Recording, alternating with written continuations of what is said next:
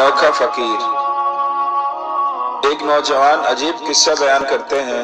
کچھ دن پہلے میں ایک شاپنگ مال کے باہر کھڑا اپنی بیگم کا انتظار کر رہا تھا کہ ایک بہت خوش پوش اور خوبصورت زبان بولنے والے صاحب نے میری گاڑی کا شیشہ کھٹکھٹایا۔ میں نے شیشہ نیچے کیا اور ان کی جانب سوالیہ نظروں سے دیکھا۔ انہوں نے بہت محبت سے مجھ سے ہاتھ ملایا اور اپنا تعارف کروایا اور کہا، محترم، کیا ہم آپ سے بات کر سکتے ہیں؟ میں گاڑی سے اترا اور ان کی جانب متوجہ ہوا اور کہا، جی فرمائیے۔ طیب خان میرا نام ہے اور میں 78 سال کا ہوں۔ میری کچھ خواہشیں ہیں کہ آپ پوری کر دیں گے۔ میں نے بھی ویسا ہی سوچا جو آپ سوچ رہے ہیں کہ ابھی یہ بابا مانگنا شروع ہو جائے گا اور رونا دھونا شروع ہو جائے گا۔ خیر میں بھی ان کو لیکچر دینے کے موڈ میں تھا کہ اللہ تعالیٰ سے مانگیں، مگر میں نے سوچا کہ یہ جو بھی ہے سچا ہے یا مکار، اسے میرے پاس اللہ پاک نے ہی بھیجا ہے، تو کیوں نہ پہلے اس سے اس کی بات سن لوں۔ میں نے کہا، جی میں کوشش کروں گا، آپ حکم فرمائیں۔ ان کے چہرے پر ایک حیرت اور خوشی کے ملے جلے اثرات ابھرے۔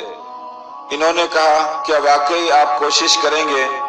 میں نے انہیں یقین دلایا اور تحمل سے ان کی بات سننے کے لیے ان کی جانب متوجہ ہوا۔ تو وہ بولے، بیٹا، میں ایک ٹیکسٹائل مل کا مالک تھا۔ پچھلے سیاسی دور میں بھتہ نہ دینے پر مجھے قتل کی دھمکیاں ملی تو سب کچھ چھوڑ کر بنگلہ دیش چلا گیا۔ وہاں گارمنٹس فیکٹری لگا لی۔ کچھ عرصہ تو سسٹم ٹھیک چلا، مگر پھر مجھے میرے بنگالی پارٹنر نے دھوکہ دیا اور مجھے نہ صرف وہاں سے بھگا دیا بلکہ میرا سب کچھ کھا گیا۔ پاکستان واپس آیا تو میرے پاس کچھ بھی نہیں تھا، مل بند پڑی تھی اور سرمایہ کاری کے لیے کچھ بھی نہیں تھا۔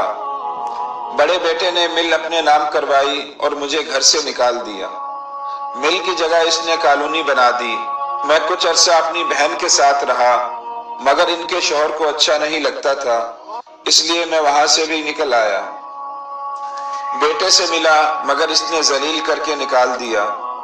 پھر میں ایک مسجد میں گیا اور وہاں کے امام صاحب سے مسجد کی خدمت اور بچوں کو پڑھانے کی درخواست کی اور رہنے کے لیے جگہ مانگی تو وہ مان گئے۔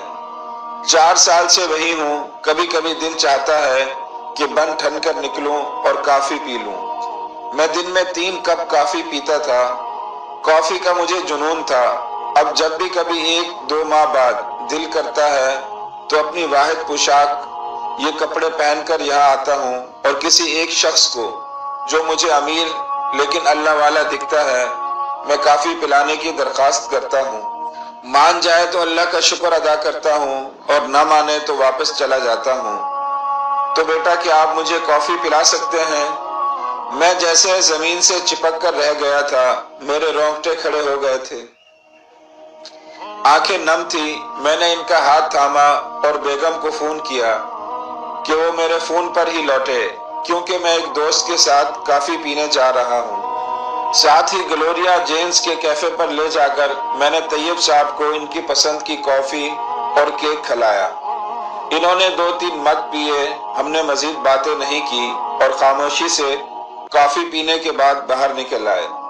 میں نے ان کو مسجد تک چھوڑنے اور ان کی کچھ مالی امداد کرنے کی اجازت چاہی تو وہ بولے، بیٹا اب اور کوئی خواہش باقی نہیں رہی، اللہ پاک آپ کو بہت زیادہ عطا فرمائے، آمین۔ مجھ سے مصافحہ کیا اور چلے گئے۔ میں کھڑا ان کو جاتے ہوئے دیکھتا رہا اور وہ بغیر پیچھے مڑے بہت شان سے چلتے ہوئے میری نگاہوں سے اوجھل ہو گئے۔ کسی کی خواہش کی تکمیل کے لیے سوچا نہ کریں اور لیکچر نہ دیا کریں۔